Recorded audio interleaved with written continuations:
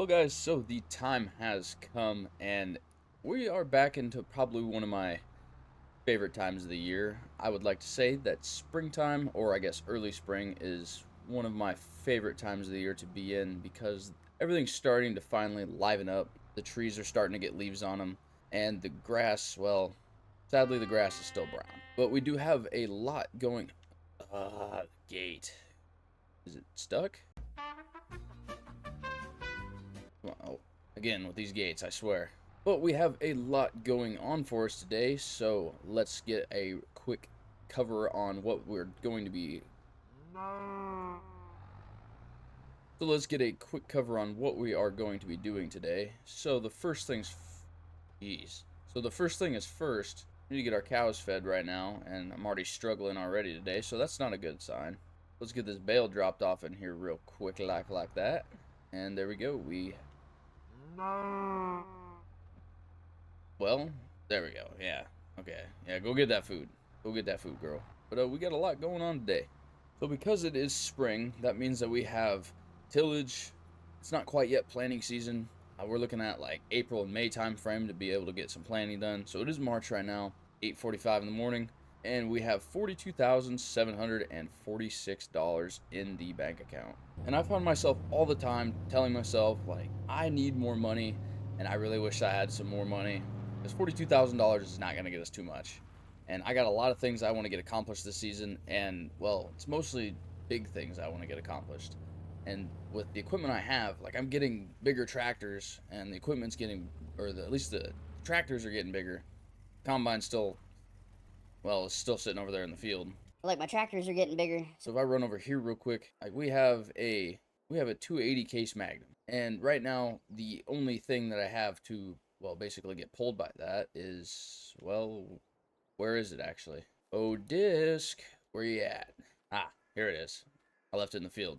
I don't know why I did that, but then we got this like little, well, to 630. And it definitely is not no 30-foot disc, that's for sure. This is like a 12-foot disc, maybe a 15 at best, and like something like this is going to be taking us forever to get these fields done, and I kind of want to get an upgrade for that.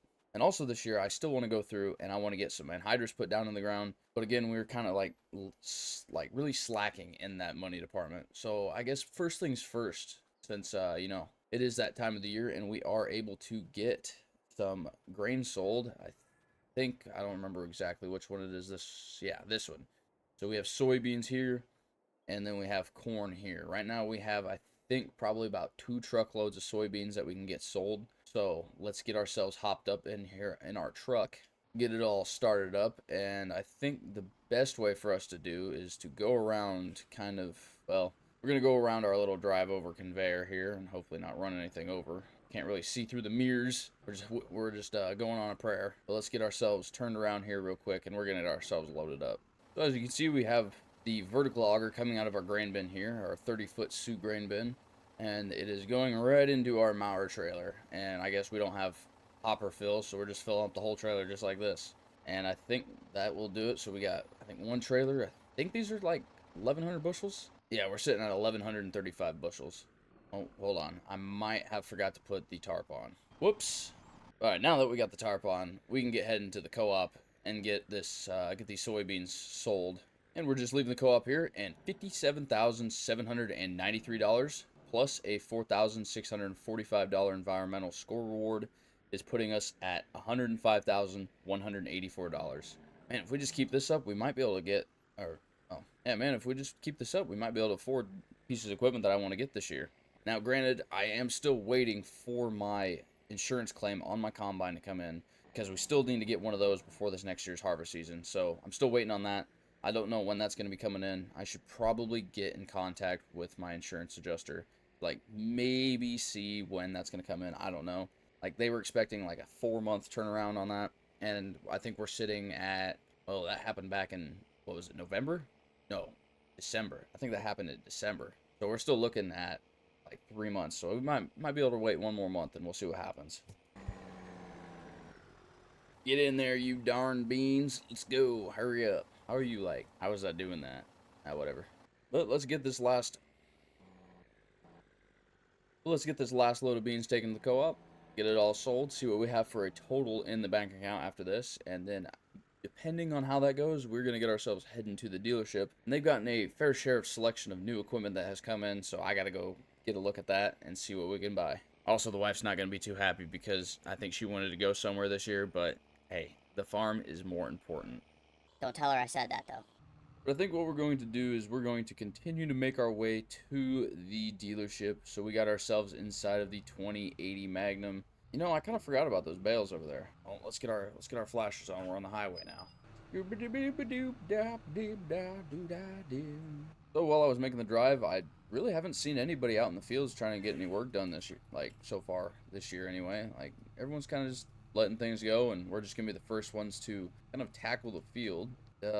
Looks like John's got a nice pickup for sale. Man, I'll have to give him a call later. Well, nah, probably shouldn't buy that. I mean, the highboy does just good enough. So I think we'll just keep doing what we're doing.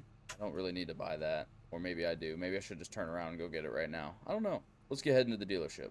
And so the funds have now come out of my bank account, and we are sitting with now $114,602. Spent $52,890 on. Well, actually, wait. I'm about ready to go buy this pickup, and I just gotta check it out again. This thing just, I don't know why. This is a 90, like a 95 Power Stroke, maybe with a flatbed on it. It just keeps calling my name for some reason. But you guys can probably see in the mirrors here, there, and I'm pulling a little tank behind me, just swerving all over the place. Let's see, a couple more seconds. You guys got ideas? And we got ourselves an anhydrous toolbar.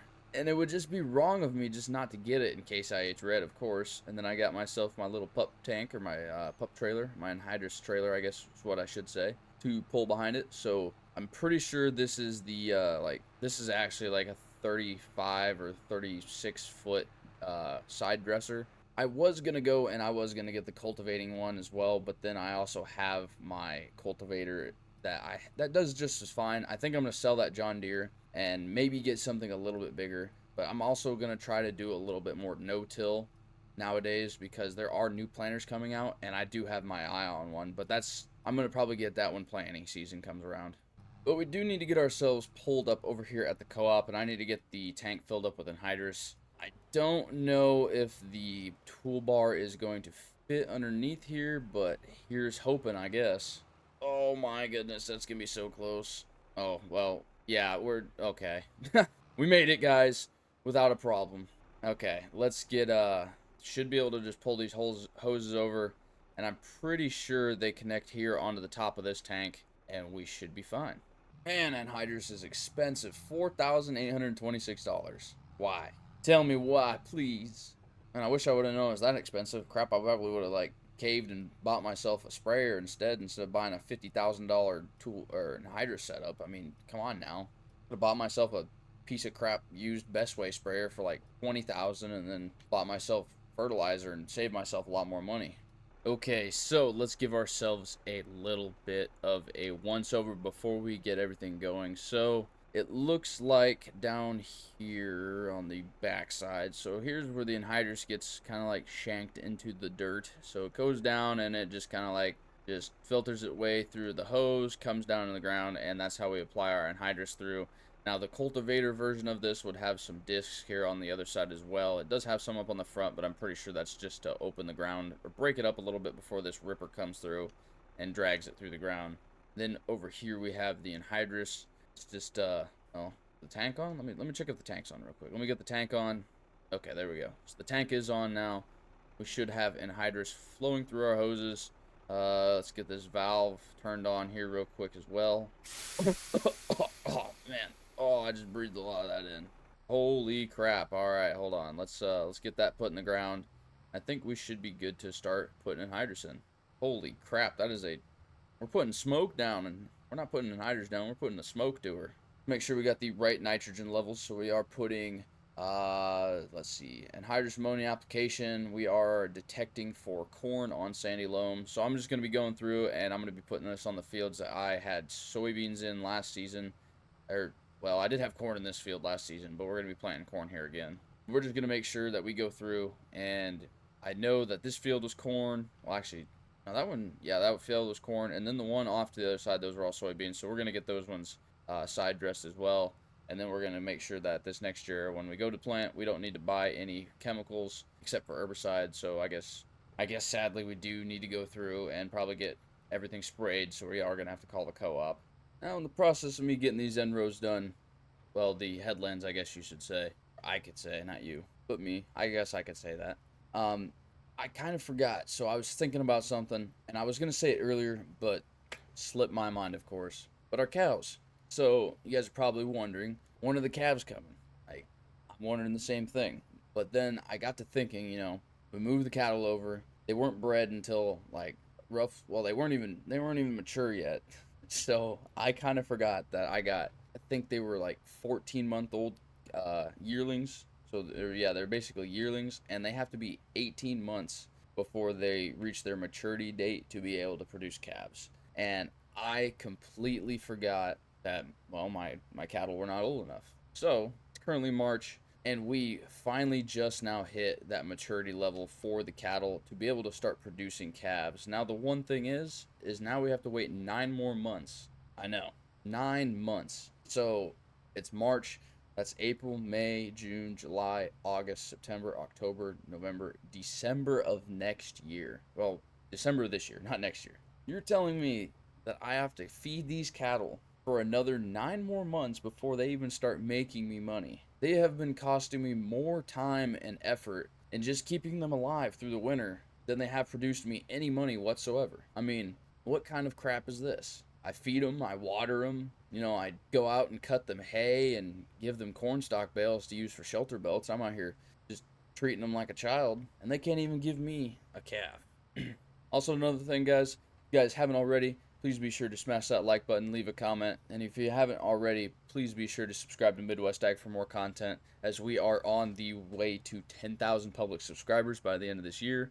I know that we are getting close to the end of this year, but we are also getting close to that 10,000 subscriber mark, so any little bit will help reach my goal, and I can't do it without you guys, so I really must say thank you. But we're gonna get ourselves turned around here real quick, and we are going to get into a little bit of some cinematic coverage going, so that way you guys don't have to listen to me yap the whole time. I know that I got some funny things to say every once in a while, but we're just gonna go through, lay some anhydrous down, and I will think about what we're going to do for the rest of this afternoon. I think we're going to get some bales moved. I need to make some more money, but we will see. Man, I always had stories about the city life and the crazy nights. Figure I should probably give it a try. Maybe check it out, see what it's all about. But the traffic was fast and the money was slow. The people I met you never get to know. I kinda miss this place I used to live back home. Cause up here it's breakneck, paycheck, rat race, what's next? I'm tired of feeling like a small fish in a big pond. I think I'll go back where I came from, where everybody knows my name. My friends are still the same. I guess the slow life hit me just right, like a bonfire on a cold night. Hell, and you can keep your 9 to 5, happy with your simple life. Sometimes I just really need to pay attention to the weather. I mean, I did not know that it was going to rain today, and I was about 3/4 of the way done with that field, and it just started downpouring on me. So we got the tractor a little bit dirty, as well as the anhydrous bar. So I really can't do any more field work today, so that kind of sucks. I completely forgot, or well, I didn't even know in the first place that it was gonna rain. And because I don't trust Mother Nature, we're just gonna get ourselves all hosed off here real quick, so that way we are looking good and new. Because I don't know, for some reason I don't want like no watermarks or anything like that from like the rain coming down, because it's just not gonna leave a nice shine on my tractor. And I can't let the anhydrous bar, the toolbar, just remain dirty. I gotta get this thing all cleaned up too, because I want to keep this thing looking as nice as possible for as long as possible. Come on, Dirt. Get off there. Come on. I want to see that shine. And sadly, you guys, it's left me no choice. I had to do it. I did.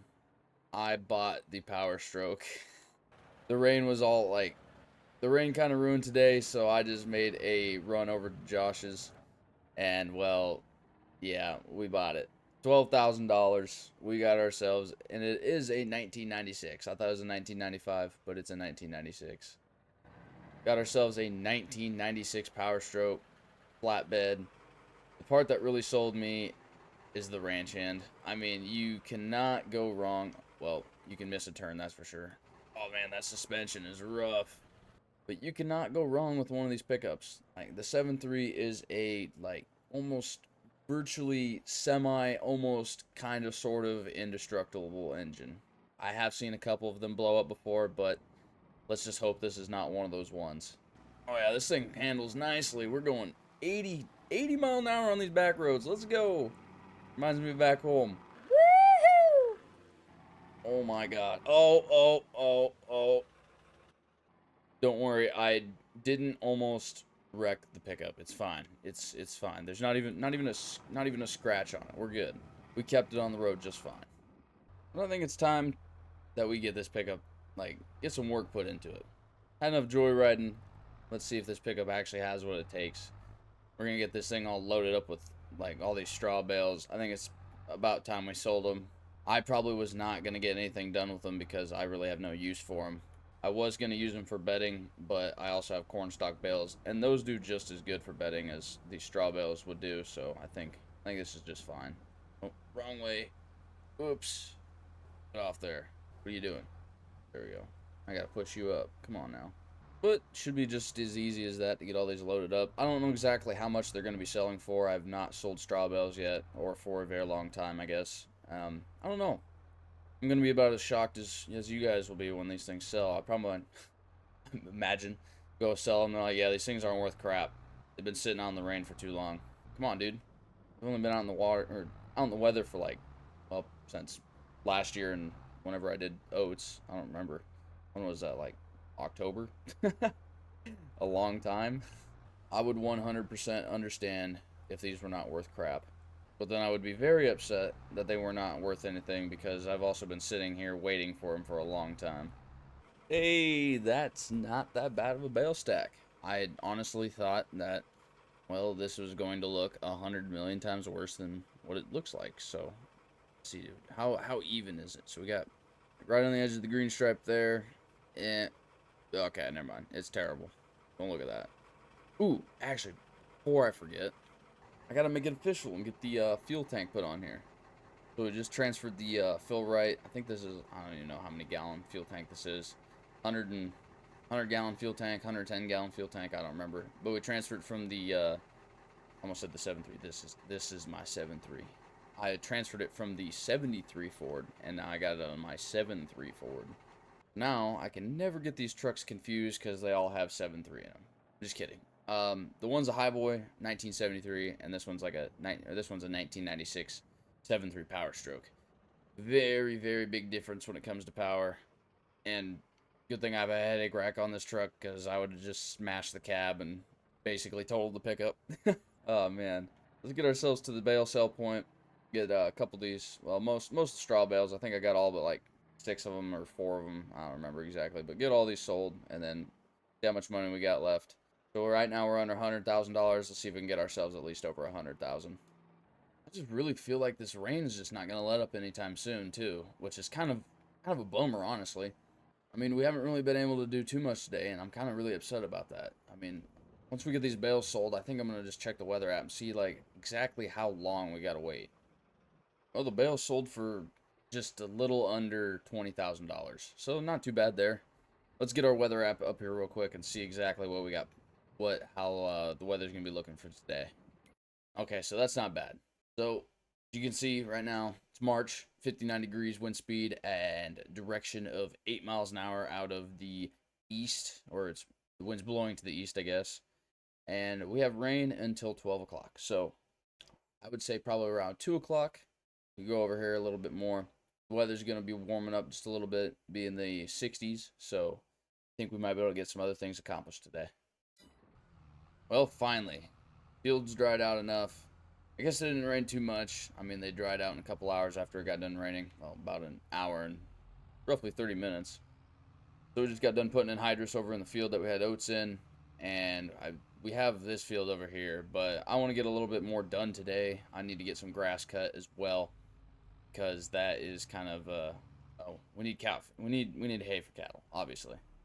But I have 100% neglected to cut my grass for like the last 6 months, and this is all that has grown out of it, which is kind of shocking. It's like a little bit taller than just the regular grass here along the railroad tracks. Dang. Jim's got to like spray his weeds over there. Holy crap. Man's really slacking on all of his weeds over in his fields. That's terrible. But getting hay for all of our cattle is kind of just like a never-ending cycle. And I know I was just talking about how bad Jim's weeds were in his fields, and mine are just as bad too. But it's constant cutting hay, getting more hay, baling hay, loading hay, all this hay is for horses, sometimes for cows, and all this fancy stuff that we got to do for all these cattle. Do I regret buying them at all? Yes. Do I enjoy it? Oh, 100%. Gives me something to do all the time. But we got to hurry up and get all this grass done, because I got to make sure I get a couple cuts this year so we can keep it through the winter this next year. So we're just going to keep going round and round and round we go, and one wheel stop, who knows. Oh, look, guys, train's back. Heck yeah. Like, my favorite part of cutting the grass over here is just being able to see this train go by every, like, 5 minutes. Or what seems like 5 minutes, I don't know. Like every 4 passes. But with that being said, guys, hope you guys did enjoy this video. Thanks for stopping by. Subscribe.